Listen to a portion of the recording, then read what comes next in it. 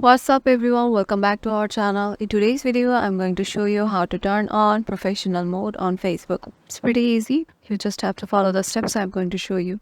So let's get right into the video. Once you're in your profile, head over to the three dot menu and tap on it.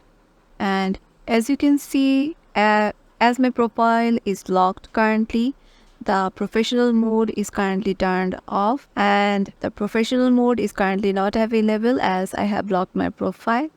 And if I had not locked my profile, then the professional mode would be open for me, and if I enter in there, Facebook will allow me to turn on my professional mode. It's just a click away, and then the professional mode on my Facebook will be turned on. And yeah, that's it. If this video helped you out, make sure to give it a thumbs up and subscribe to our channel, and we'll see you in the next video.